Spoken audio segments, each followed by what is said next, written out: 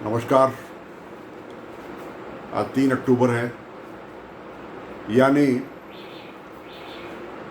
3 अक्टूबर 1994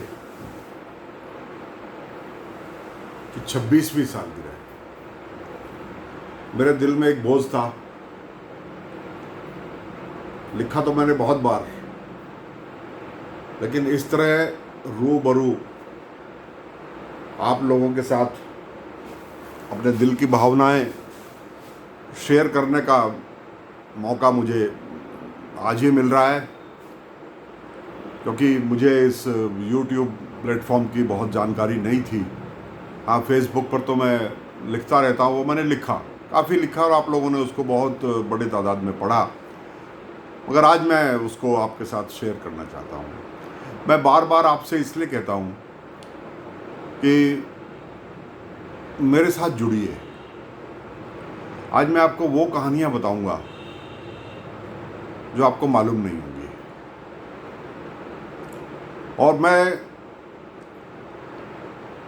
काफ़ी सोच विचार के मैंने तय करा है कि आज 26 साल बाद अगर मैं उस वक्त की कुछ ऐसी बातों को जो बहुत गोपनीय थी आज बताऊंगा, तो उसमें कहीं नैतिकता मेरे आड़े नहीं आएगी, क्योंकि आज उन तथ्यों का खुलासा करने पर मैं किसी का नुकसान नहीं कर रहा।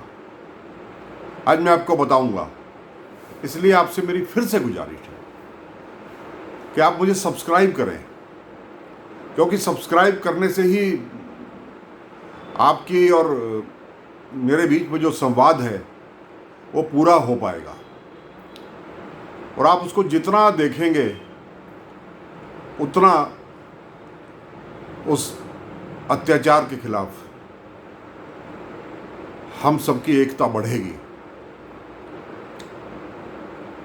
मेरा कोई राजनीतिक उद्देश्य नहीं है, मैं पहले स्पष्ट कर दूं, और ना ही मैं किसी राजनीतिक दल का सदस्य नहीं हूं, ये मैंने बार बार स्पष्ट किया है। इसलिए बगैर लाग लपेट के अपने जो अनदेखी अनकही, जो मेरे दिल में जिस राज को मैंने अभी तक छुपा के रखा था, वो आज आपके सामने मैं शेयर करने वाला हूं। मैंने अभी तक बताया कि 2 अक्टूबर 1994 की शाम हो गई थी। 15 लोगों की मौत की कंफर्मेशन आ चुकी थी और बहुत लोग लापता थे।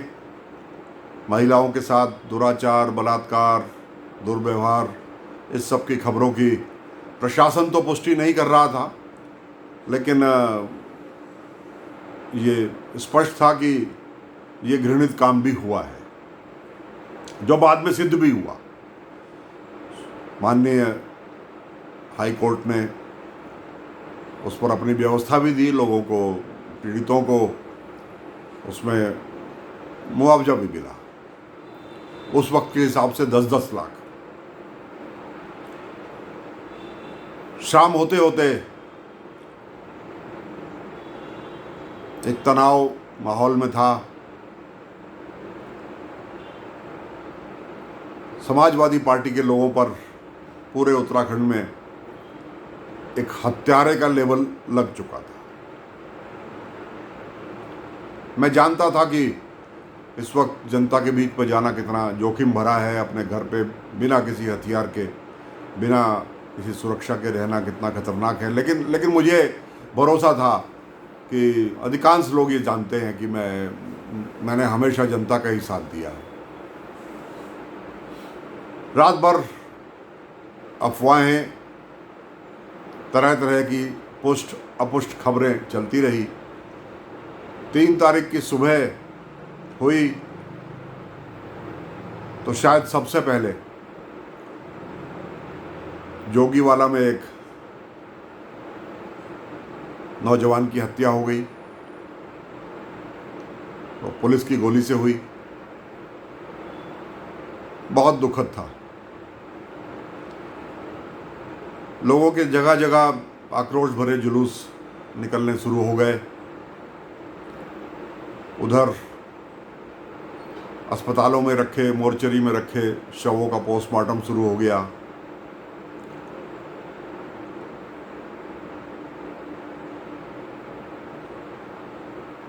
मैं भी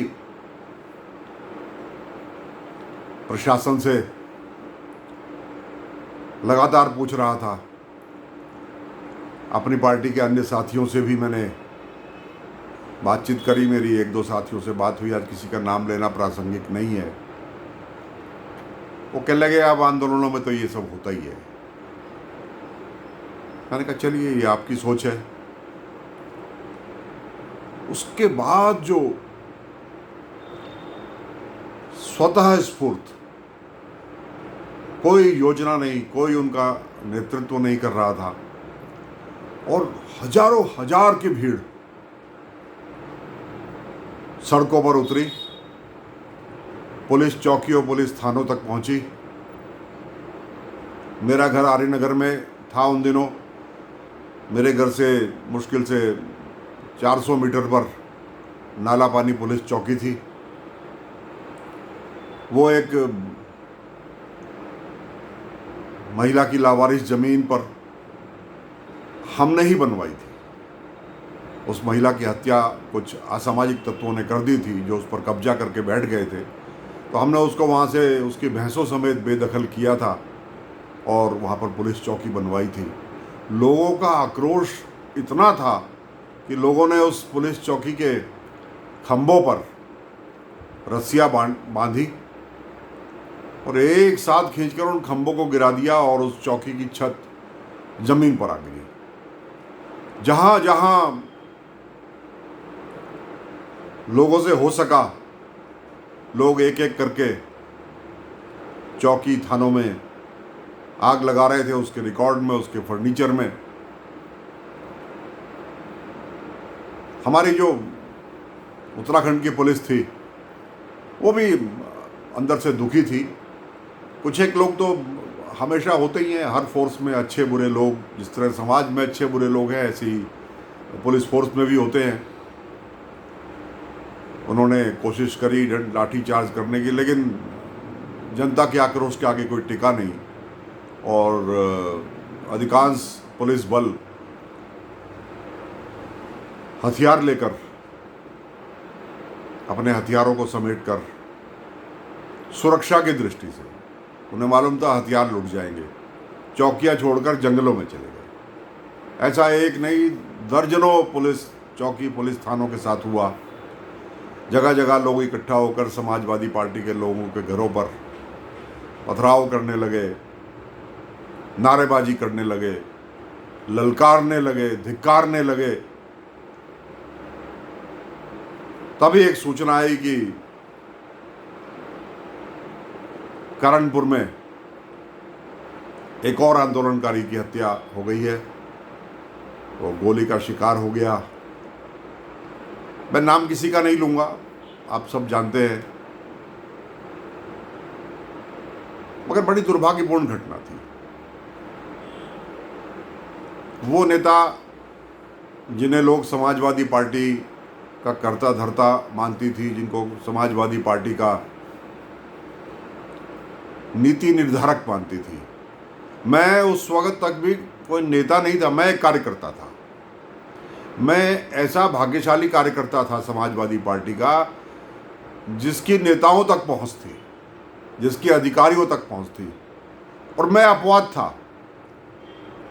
बाकी सब पदाधिकारी थे, मैं अकेला एक कार्यकर्ता था। और मेरा आज भी वही सिस्टम है। मैं कभी टेलीफोन पर किसी अधिकारी से बात करता हूं तो मैं खाली अपना नाम बताता हूं। मैं ना अपनी पार्टी का जिक्र करता हूं, ना मैं पद का नाम लेता हूं। अगर उसी से मुझे अधिकारी पहचानता है तो मैं कहता हूं ठीक है, और नहीं पहचानता तो मैं कहता हूं चलिए एक साधारण व्यक्ति हूं, मैं आपसे ये कह रहा हूं। फिर थोड़ी देर में उसकी समझ में आ जाता है। वही मेरा आज भी रवैया है। मैंने कभी जिक्र ही नहीं किया कि मैं समाजवादी पार्टी का प्रदेश कार्य समिति का सदस्य सुभाष शर्मा बोल रहा हूँ। मैंने ऐसे कभी कहा ही नहीं किसी को। मैं तो फ़ोन करके अधिकारी को सीधा बोलता हूँ कि भाई सुभाष शर्मा बोल रहा हूँ, और अधिकांश जिम्मेदार अधिकारी मुझे रिस्पांस देते थे। मेरे घर किसी ने पथराव नहीं किया, मेरे घर पर किसी ने प्रदर्शन नहीं किया। मेरे घर लोग जानकारी लेने आते रहे, लोग मुझसे बात करते रहे, लोग मुझसे भविष्य की क्या रणनीति होगी, लोग मुझसे इस विषय पर बात करते रहे, लेकिन मुझे जनता से कोई परेशानी नहीं हुई। जिलाधिकारी ने मुझे 2 बार कहा कि आपकी सुरक्षा बढ़ा दूं, मैंने कहा नहीं, मैंने तो आज अपने गनर को, वो ही बहुत भावुक था, मेरा गनर भी उस दिन बहुत भावुक था, मैंने उसको भी कहा कि घर जाओ, आराम से रहो और कहीं बाहर निकलने की ज़रूरत नहीं, क्योंकि उत्तराखंडी मूल का व्यक्ति स्वाभाविक था। ये हमला सीधे सीधे उत्तराखंड राज्य की अस्मिता पर हुआ था, सीधा सीधा, और इसके लिए समाजवादी पार्टी के लोग जिम्मेदार थे। तो भावनाएं आहत होना स्वाभाविक था, इसमें कोई ऐसी बात नहीं थी कि जिसे मैं आज दोहरा ना सकूं। कारणपुर में जो एक आंदोलनकारी की हत्या हो गई, आग की तरह वो पूरे उत्तराखंड में वो खबर फैली, मन बहुत दुखी हो गया। चारों ओर पुलिस के लोगों पर आंदोलनकारी हमला करने लगे, पथराव करने लगे, अफवाहें बहुत जबरदस्त थी। एक बार कम रेस्टोरेंट भी हमारे एक करीबी मित्र का था, लोगों ने उसको भी जला दिया, बिल्कुल उसको तो इतनी बुरी तरह जलाया और लोगों ने वहाँ फायर ब्रिगेड भी नहीं घुसने दी। ये आक्रोश की पराकाष्ठा थी। हमारे पार्टी के बाकी नेता अपनी सिक्योरिटी बढ़ाकर अपने घर में बैठे रहे। अब मुझसे तो रहा नहीं गया। जब मैंने सुना कि कारणपुर में एक आंदोलनकारी की हत्या हो गई, तो मुझे बहुत रोका मेरे परिवार ने, मेरी पत्नी ने, मेरे मकान मालिक ने, मेरे आर्यनगर के दोस्तों ने, सब ने मुझे बहुत रोका। मैंने कहा नहीं, मैं नहीं रुक सकता घर पे, मैं जाऊंगा, मैं उस पीड़ित के परिवार से भी मिलूंगा और मैं जाऊंगा। तब तक मुझे किसी ने बताया कि मुकदमा ही नहीं लिखा जा रहा, ये वाला, ये कहा जा रहा है कि पता नहीं कैसे मर गया, बस ये है कि एक लावारिस लाश मिली है, कैसे मरा, क्यों मरा, इसका कोई मुकदमा ही नहीं लिखा जा रहा था। मेरे बहुत करीबी संबंध थे उस परिवार से, लेकिन मेरा सगा भाई भी होता तो मैं उस दिन यही निर्णय लेता। मुझको दोपहर को 2 बजे 2:30 बजे करीब मैसेज आया कि कंट्रोल रूम में मीटिंग है। ये जो दून हॉस्पिटल और उसके आगे की जो सड़क है कचहरी के बीच में दाहिनी तरफ, वहाँ पर कंट्रोल रूम होता था। आमतौर पे सीओ सिटी का ऑफिस वहीं होता था, महिला थाना भी जिसके नीचे है, उसके बगल में ही फायर ब्रिगेड का भी दफ्तर उस वक्त होता था। वहाँ एक मीटिंग है और इसी विषय को लेकर के है। वहाँ आंदोलनकारियों का जमघट लगा हुआ था, मैं वहाँ चला गया। कुछ ने मुझे थोड़ा सा उपहास भरी दृष्टि से देखा। उन्हें लगता था कि शायद मैं समाजवादी पार्टी के लोगों की, नेताओं की पैरोकारी करने के लिए यहाँ पर आया हूँ। मीटिंग हुई, सत्ताधारी पक्ष से मैं वहाँ अकेला था, बाकी किसी ने हिम्मत नहीं जुटाई। मैं आज यह साफ कहना चाहता हूँ, किसी ने हिम्मत नहीं जुटाई घर से बाहर निकलने की। अपराध बोध था, सबके मन में अपराध बोध था। मैं उस मीटिंग में गया, वहाँ वेद उनियाल भाई वो मेरी बगल में ही बैठे थे, सुशीला बलोनी जी बैठी थी, पत्रकार भी बहुत सारे आ गए थे। मेरे बिल्कुल बगल में एक सीओ साहब बैठे थे, मेरे बहुत अच्छे मित्र थे, समाजवादी पार्टी के बड़े सिंपैथाइजर थे। उनके बगल में, अब नाम लेना शुरू करूंगा तो लंबी लाइन हो जाएगी। बहरहाल पूरा प्रशासन वहाँ बैठा था और जिलाधिकारी और एसएसपी उस मीटिंग में मौजूद थे। और आंदोलनकारी बार बार दबाव दे रहे थे। थाना डालनवाला के एसएचओ भी वहाँ थे, इंस्पेक्टर वहाँ थे, और मुझे वो भी याद आ गया। आंदोलनकारियों का दबाव था कि जो नौजवान मरा है उसमें नामजद रिपोर्ट हो। प्रशासन कह रहा था अभी नामजद नहीं कर सकते, इसकी जांच होगी।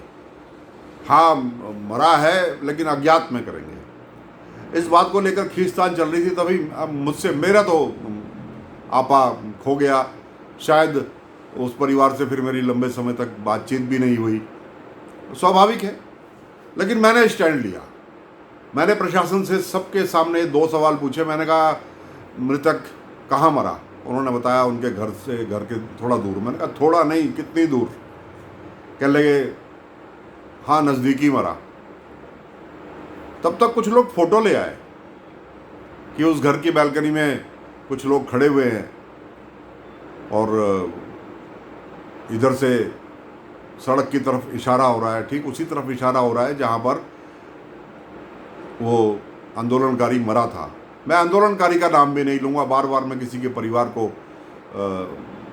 यहाँ पीड़ित और दुखी नहीं करना चाहता, क्योंकि भावनाओं का ज्वार है, ये कब भड़क जाए इसका पता नहीं।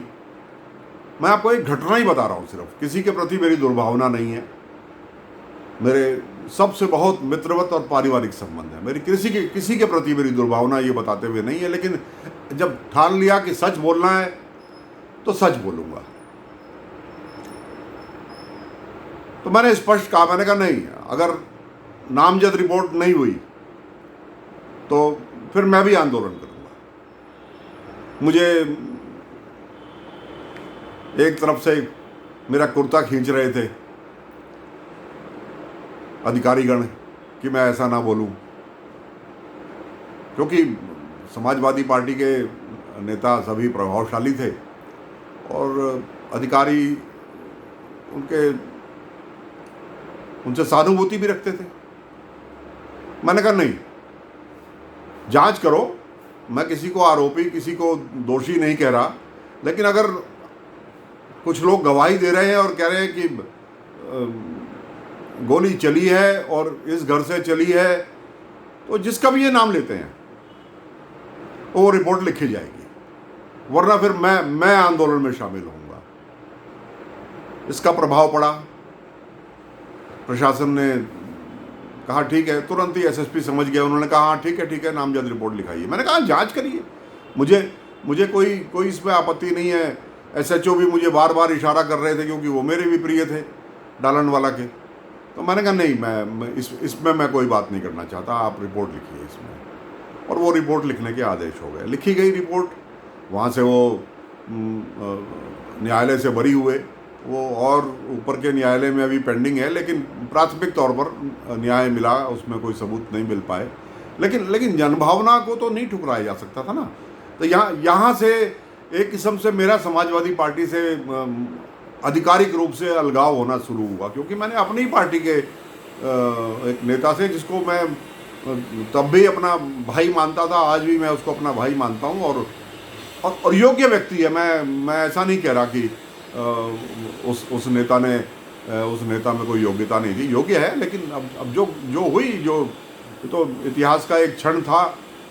जो कुछ हुआ वो उनके सुरक्षा कर्मियों की तरफ से हुआ, कहाँ से हुआ, क्रॉस फायरिंग हुई, जो भी हुआ, तो रिपोर्ट लिखी गई, वो वहाँ से बरी हुई। मैं एक आंदोलनकारी की मौत हुई, इसलिए मैं उनको बरी होने की बधाई भी नहीं कभी दे पाया, और ना ही दूंगा।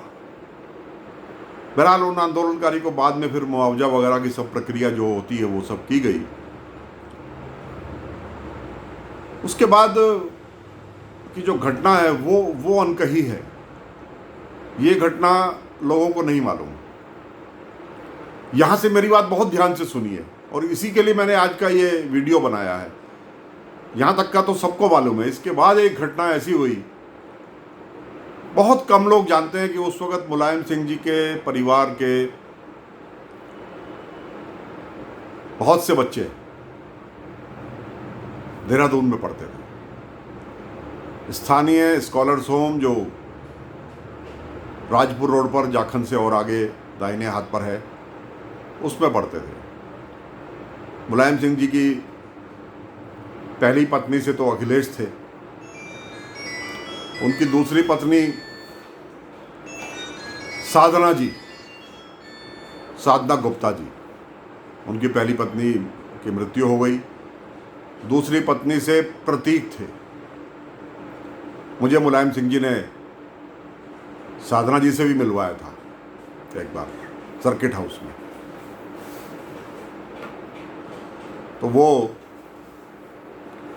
उसके बाद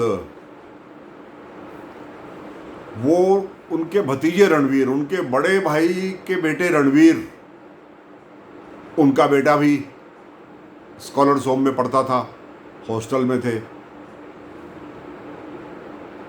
वो वाला बेटा जो लालू प्रसाद यादव का आज दामाद है, मालूम है ना आपको? लालू प्रसाद यादव जी की बेटी मुलायम सिंह के भतीजे रणवीर, मुलायम सिंह के सगे बड़े भाई, उनका नाम मुझे याद नहीं है, उनके बेटे रणवीर यानी मुलायम सिंह जी के भतीजे का बेटा, मैं उसका नाम अभी भूल रहा हूँ। बच्चे थे, छोटे छोटे बच्चे थे ये लोग उस वक्त, जो लालू प्रसाद यादव जी के दामाद हैं, वो पढ़ते थे। और एक बच्ची पढ़ती थी, उस बच्ची के बारे में बताना यहाँ पर प्रासंगिक नहीं है, मगर इनके परिवार की थी, मुलायम सिंह जी की। ये तीनों बच्चे हॉस्टल में थे। हॉस्टल विशेष व्यवस्था रखता था, जिलाधिकारी को मालूम था, मगर उन बच्चों की देख रेख की जिम्मेदारी हमारे ऊपर थी। हमारे एक दो साथी और थे, वो आज इस दुनिया में नहीं हैं, वो देखते थे। उनको परेशानी होती थी, वो उस व्यवस्था से संतुष्ट नहीं होते थे, तो वो मुझे अप्रोच करते थे, जिलाधिकारी को बच्चे अप्रोच करते थे। कभी रजाई मोटी चाहिए, कभी रजाई छोटी पड़ गई, कभी आज खाने का कुछ और मन है, इस तरह की छोटी छोटी बच्चों की डिमांड होती थी। तो वो बच्चे यहाँ हॉस्टल में थे, और वहाँ के क्लास 4 स्टाफ को तो मालूम था कि ये मुलायम सिंह यादव के परिवार के बच्चे हैं। ये बात किसी तरह से आंदोलनकारियों तक फैल गई, और आंदोलनकारियों का एक बड़ा जत्था इस बात पर तैयार हो गया, आमदा हो गया कि चलो स्कॉलर्स होम में उन बच्चों पर हमला किया जाए। जिलाधिकारी राकेश बहादुर जी से मेरी वार्ता हुई, क्योंकि मैं ही था एक व्यक्ति जो सड़क पर था, बाकी तो घर के अंदर से ही सलाह दे रहे थे, फ़ोन पर बात कर रहे थे, बहुत भारी सुरक्षा के बावजूद। मैंने कहा क्या हो गया? कहने लगे बच्चों का क्या होगा, वहाँ तो अब उस तरफ बढ़ रहे हैं। मैंने कहा नहीं, बच्चों को तो तुरंत निकालना पड़ेगा वहाँ से, क्योंकि वो अच्छा नहीं है। बच्चे तो बच्चे हैं, उनका तो कोई कसूर है नहीं, और एक बार भीड़ बढ़ गई तो पता नहीं क्या अनहोनी घट जाए, नुकसान दोनों तरफ के हो जाएंगे और स्थिति और बिगड़ जाएगी। तो हमने जैसे तैसे करके, मुझे स्कॉलर्स होम का भौगोलिक ज्ञान था, उसके बैक साइड में एक रास्ता तो उसका खुलता है राजपुर रोड पर, लेकिन उसकी जो पिछला हिस्सा है वो उस वक्त की वो छोटी सी जो कैनाल रोड होती थी वहाँ खुलता था। वहाँ से उतरने के लिए वो छोटी मोटी सीढ़ियाँ थी जो वहाँ के क्लास 4 स्टाफ ने अंदर ही जो रहते थे उन्होंने अपने लिए बना रखी थी। बहरहाल बहुत प्रयास करके लखनऊ संपर्क किया गया। लखनऊ में मुलायम सिंह जी और पूरा वहाँ पुलिस फोर्स सब चिंतित थी कि किसी प्रकार से निकाला जाए। तो जितनी ज़रूरत थी उतनी पुलिस फोर्स लेकर के हम लोग पहुँचे, मैं भी साथ गया, और साथ जा कर के वहाँ बच्चों को पिछले हिस्से से निकाला, उनकी ज़रूरी चीज़ें साथ में बंधवाई, और पिछले हिस्से से वहाँ से उतार के उन बच्चों को नदी के बीच में से भी रास्ते थे जो मुझे मालूम थे, क्योंकि मैं डीएल रोड लंबे समय रहा था, वहाँ से उन बच्चों को सहजधारा रोड, और जो ये आज की थानो भोगपुर रोड है, उस वक्त ये फॉरेस्ट की रोड थी, छोटी सी रोड थी, इसमें रास्ते में एक चेन लगा के बैरियर भी होता था फॉरेस्ट डिपार्टमेंट का। उस रास्ते से ले जा कर के बच्चों को एयरपोर्ट ले जाया गया। एयरपोर्ट वही जो बिल्कुल आगे जॉली ग्रांट की मेन रोड पर था। अब तो वो रास्ता पीछे से तब इधर सड़क पर था, वायुदूत चलती थी उस वक्त। वहाँ आकर के बच्चों को लाया गया। तब तक एक हेलीकॉप्टर भी आ गया था। हेलीकॉप्टर था या स्टेट प्लेन था, मैं इतना तो भूल रहा हूँ, स्टेट प्लेन रहा होगा या हेलीकॉप्टर रहा होगा। वो अधिकार है मुख्यमंत्री के परिवार को बचाने का, बचाने के लिए जो कुछ भी किया जा सकता था किया गया और उन बच्चों को सुरक्षित निकाल के यहाँ से ले जाया गया। मैं ये बात इसलिए बता रहा हूँ कि उसके बाद भी हमारा मानवीय चेहरा, मानवीय पक्ष हमारे मन से कभी नहीं हटा। मन में घृणा थी, बहुत आक्रोश था, लेकिन बच्चों को कोई नुकसान ना हो, ये हालांकि हमारे बच्चे मर रहे थे, लेकिन फिर भी हमारे बच्चे भी निर्दोष थे, उनके बच्चे भी निर्दोष थे। उनको बचाने का मुझे आज भी गर्व है। कुछ लोगों को मेरी ये बात खराब लग सकती है, लेकिन जो मैंने किया, जो प्रशासन के साथ मिलकर के हम लोगों ने किया, मुझे आज भी उस पर फक्र है और मुझे उसका कोई पछतावा नहीं है। शाम हो गई, मसूरी में, उत्तरकाशी में, बहुत जगह जहाँ भी समाजवादी पार्टी के प्रमुख लोग थे, वहाँ लोग इकट्ठे हुए। किसी ने किसी नेता के ऊपर काला रंग फेंक दिया, किसी ने दूसरे किस्म के दुर्व्यवहार किए। वो सब एक स्वाभाविक प्रतिक्रिया थी, वो तो चलती रही, वो हुई। अब ये था तय कि समाजवादी पार्टी छोड़नी है, इसमें तो नहीं रहना। मैंने बहुत कोशिश की लखनऊ बात करने की, लखनऊ बात नहीं हो पाई। शाम हो गई, बहुत प्रयासों के बाद मेरा बर्फियालाल जुवाठा जी से फ़ोन पर बातचीत हुई। बर्फियालाल जुवाठा जी ने मुझे कहा कि नहीं, मैं इस पार्टी में नहीं रहूँगा, आप पहल करो। मैंने कहा ठीक है, 10 मिनट में कॉल बैक करता हूँ। फिर मेरी अगली बातचीत हुई मंत्री प्रसाद नैथानी से। मंत्री प्रसाद नैथानी उस वक़्त लखनऊ में थे। उन्होंने कहा मैं अभी 7:30 बजे ऑल इंडिया रेडियो पहुंच रहा हूं लखनऊ, और आप भी इस्तीफ़ा दो। मैंने कहा मैं बिल्कुल इसी बात के लिए मैंने फ़ोन किया, मैं इस्तीफ़ा दे रहा हूं पार्टी से, तुम भी दो। तब तक नयन सिंह भंडारी जी, पौड़ी वाले, आज बेचारे कोटद्वार में अपना स्वास्थ्य लाभ कर रहे हैं। उन्होंने बहुत लंबा सार्वजनिक जीवन जिया, उनका फ़ोन मुझे स्वतः आ गया। ये सभी हमारे पूर्व विधायक थे, मंत्री रहे हैं ये लोग। इनका फ़ोन आया, इन्होंने कहा कि नहीं, मैं ये तो अति हो गई, और हमने उत्तराखंड में लोगों के बीच रहना है, लोगों को मुंह दिखाना है, हमारे लोगों के साथ बहुत अन्याय हुआ, इस पार्टी से मेरा इस्तीफ़ा। मीडिया कहाँ से लाऊं, कैसे लाऊं? मैंने कहा मैं करता हूं। मैंने कहा आपकी सहमति मिल गई? कहने लगे मिल गई। अच्छा, तब तक कर्फ्यू लग चुका था, मैं ये बात आपको बताना भूल गया।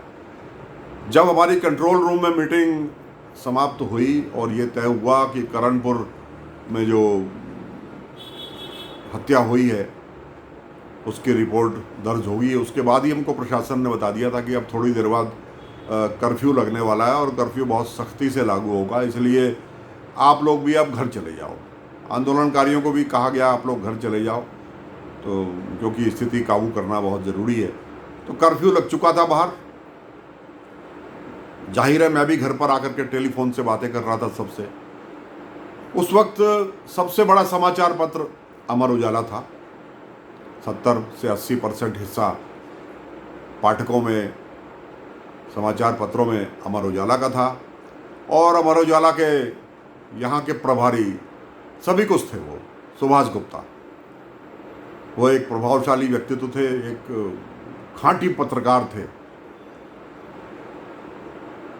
मेरे से भी उनके ठीक संबंध थे, हालांकि वो रिपोर्टिंग में बहुत प्रोफेशनल हैं, लेकिन फिर भी हम अपना अधिकार उनसे समझते थे। मैंने उनको फ़ोन करा और उनको मैंने कहा भाई मेरा इस्तीफ़ा है। कहने लगे पक्का? मैंने कहा, मैंने उनको बताया कि मेरी इन 3 लोगों से वार्ता हो गई है, मंत्री प्रसाद नैथानी से, वो अभी 7:30 की कोई बुलेटिन आती है लखनऊ से, उसमें उनका बयान भी आ जाएगा, और बर्फियालाल जुवाठा जी और नयन सिंह भंडारी जी। तो हम 4 लोगों का इस्तीफ़ा है, भले ही चारों से बात नहीं हो पा रही, चारों के फ़ोन नंबर ये हैं, आप चाहो तो कंफर्म कर लो।